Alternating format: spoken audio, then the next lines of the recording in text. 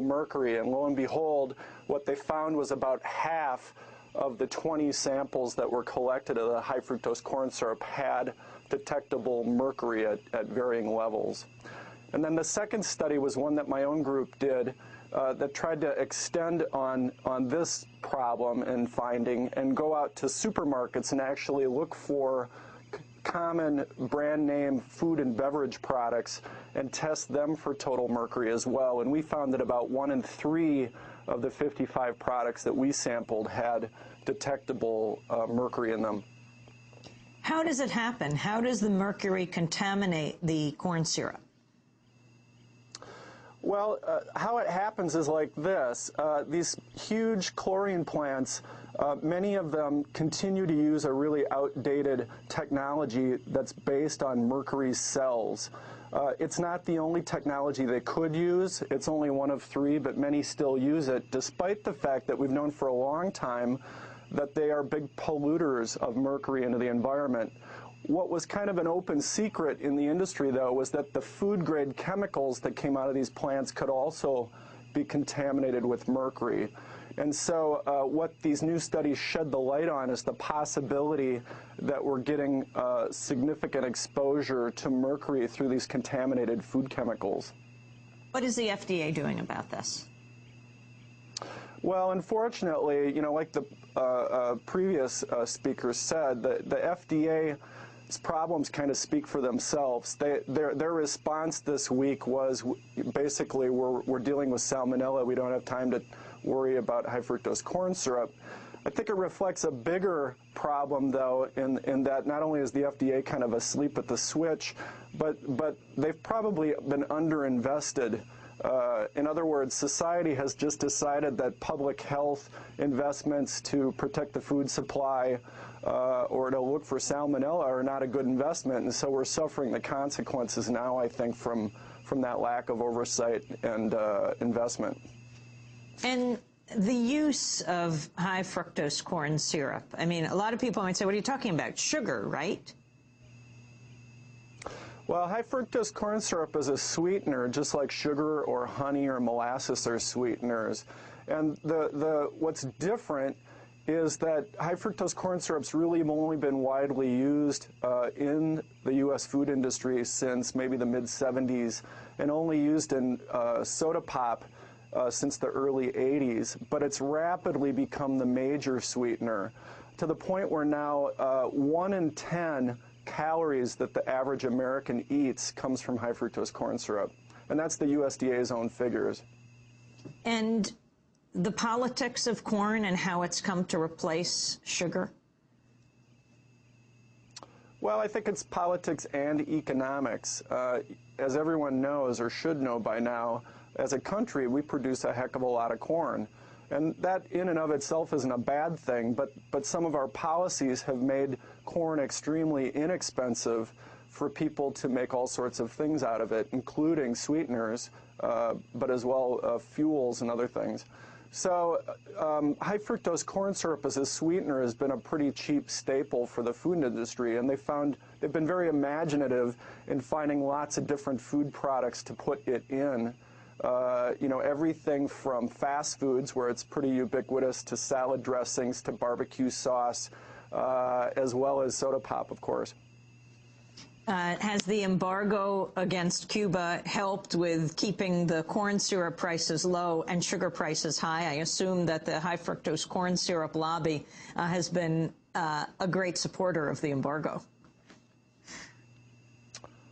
Well, you're getting a little far afield from what I'm looking at in these studies, so I don't know about that. But I think the issue here isn't just about high fructose corn syrup, but you know, the bigger point to the story, I think, is that we have an alternative way of making these products. The caustic soda, for example, is integral to the production of high fructose corn syrup. You can make caustic soda using mercury, or you can make it without using mercury.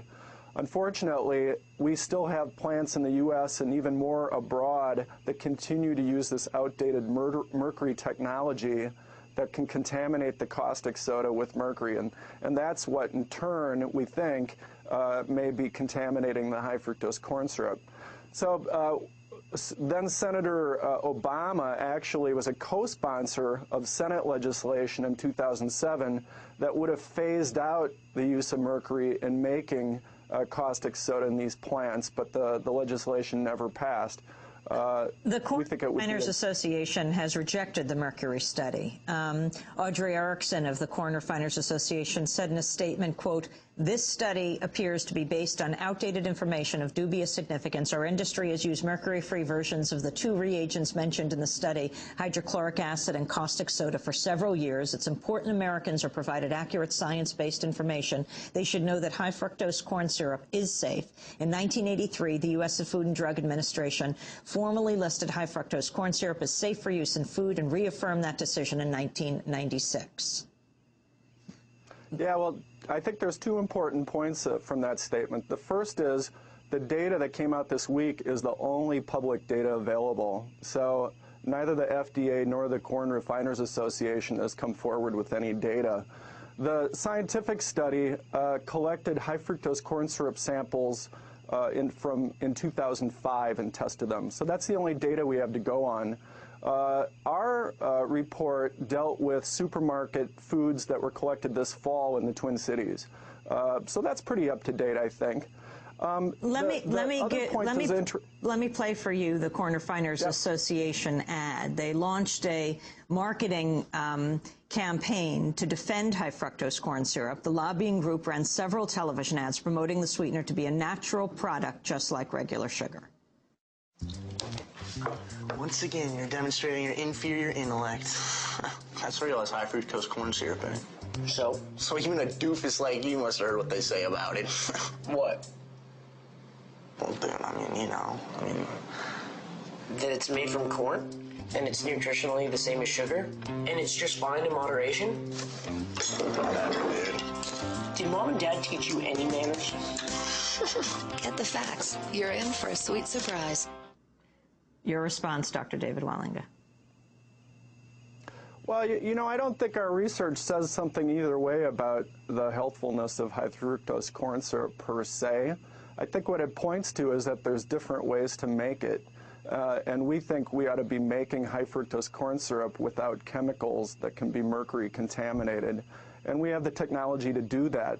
I think the industry just needs a kind of a good solid push in that direction, and Senator Obama's legislation and that sponsored by others would do that. What are the dangers of mercury, especially when it comes to kids? Well, mercury in general comes in a lot of different forms, and all the forms are basically toxic to varying degrees. We know the most about a particular form called methylmercury, and people will recognize that because it's the one in fish and seafood. And all the federal standards are based on methylmercury.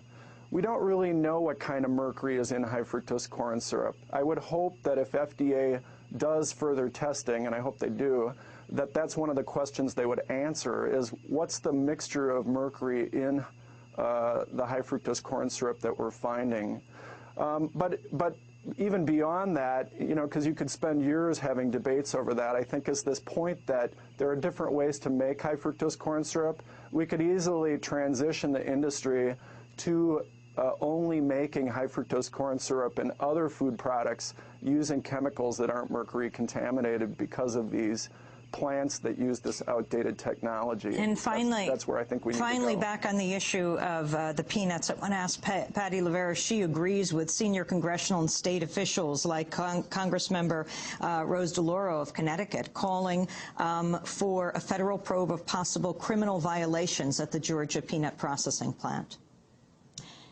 Yes, sadly, I mean, I think that's what it's come to. I mean, this is a plant, I mean, everything that the FDA does is basically voluntary. They ask these plants to regulate themselves, and then they act surprised when it goes badly.